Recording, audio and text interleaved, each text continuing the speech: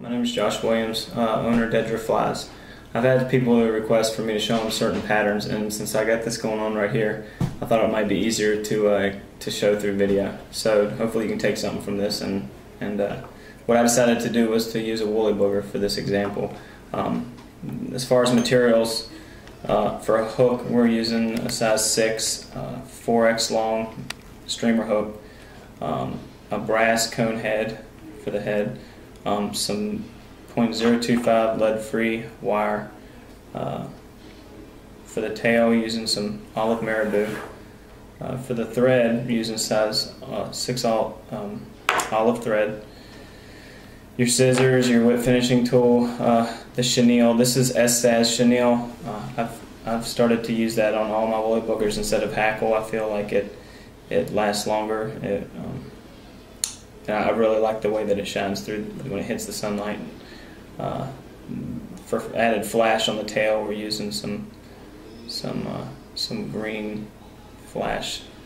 And so the first thing we got to do is put the hook through the bead.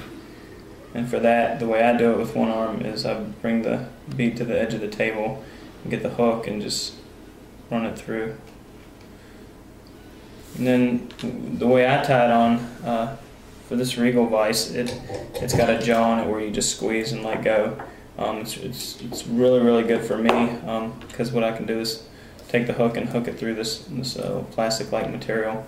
Then I can take the jaws and just squeeze onto the hook, and there it is. It's very easy for me to do,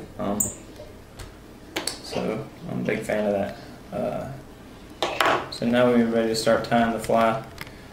First thing you do is wrap the wire on. Now, what you're going to see is what I do is I basically take my hand and try to split it into two hands so that I can kind of manipulate the materials better. And so what I'm going to do is with a couple of fingers hold the lead wire or lead-free wire on there, and with the others I'm going to start wrapping.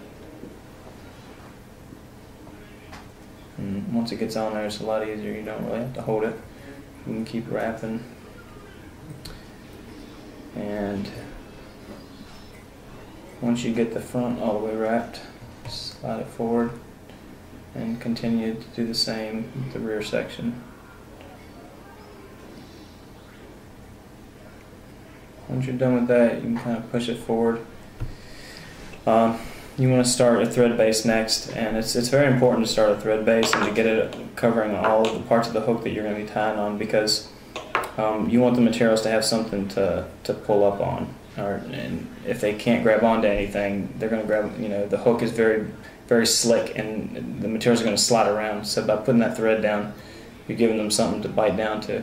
So I hold the thread like that. It's a little tricky doing it this way, but you wrap it and then throw a couple wraps on what you just wrapped. That'll lock it in place. Take the tag and then trim it down. And you can go ahead and wrap the whole body of the hook now and get that lead-free wire nice and locked down there.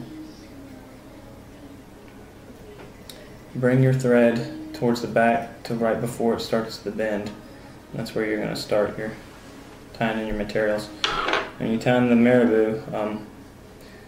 Since I can't hold it down with one arm or one hand while I wrap it with the other, I kind of have to wrap it in on the stem 2 wraps, and then just take it and pull it until I'm happy with how long it is hanging out. So I like that right there, and so I'll wrap it a few more times now. You see how fluffy this is? Normally people are going to be able to pull back and wrap. Well, I can't do that, so what I've learned to do is to lick my fingers and pull back on the marabou a little bit, and it kind of tames it a little bit, kind of like a cowlick. And you start wrapping until you get back to where you started, or where you ended last with the thread base, and you're good. And when you cut this off, what you want to do is cut it at an angle instead of cutting it straight like this to and make a cliff, you want to make it a tapered angle so that it's easier to blend in when you wrap it with the thread. And it'll give it a tighter grip too. So once that's done, you're ready to tie in your flash. What I do is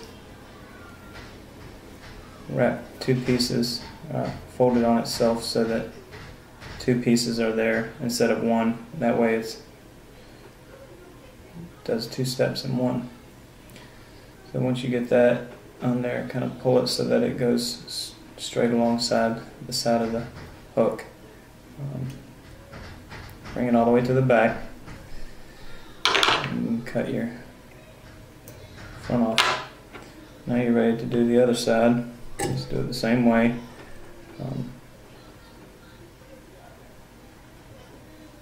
Make sure when you do this that you're giving enough room so that the tags on the back side, that they go all the way as far back as your marabou is. You can trim it off now. And when I trim the back sides, I just trim it to about the distance or the length of the marabou. Okay. Now you're ready to tie in your chenille. Like I said, I'm a big fan of this chenille. I like the way it works through the water. When you tie this on, there's a certain way that it goes. If you tie it in the wrong way, it doesn't lay on itself correctly and it doesn't kind of point backwards. So if you start wrapping it and notice that it's not really looking right, you may need to take it down and bring it in from the other end instead. So before you bring your thread all the way to the head and start wrapping the chenille, this is a time where you want to blend in any gaps that you might have in the body, just to make it look more normal, so that it doesn't look like it has dips and gaps in it when you wrap chenille. So when you feel good about that, bring it to the front. And now you're ready to start wrapping the chenille. What you want to do is just wrap tight wraps, one on top of another. Very, very close. They should be touching each other. So there's no gap in between the wraps. And see, you can see how it's starting to lay back. That's what you want. And if it's not looking like that, like I said, just take it off and tie it in from the other end.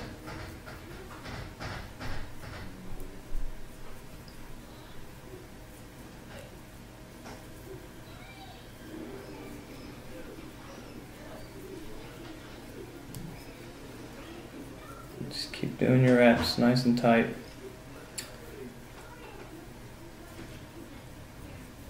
Once you start getting towards the front end, what I do is I wrap it until it gets to the very edge, and that would be my assistant there, Emma Jo.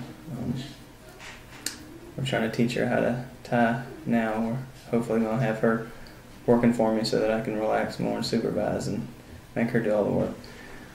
Anyway, so once you get to the head, you're going to tie it in, the last one behind the head, and then what I do is do one more, and that really locks that chenille in and keeps it nice and snug. Wrap a couple wraps behind and then do a couple in front, and that really locks it in there. And when you tie this off, tie it as close as you can to the to where you tied it in. That way you don't have a little tag hanging out, and you can kind of push it in with your thumb, and then take a few wraps in the front to help lock it down better.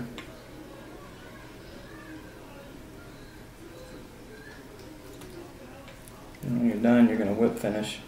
It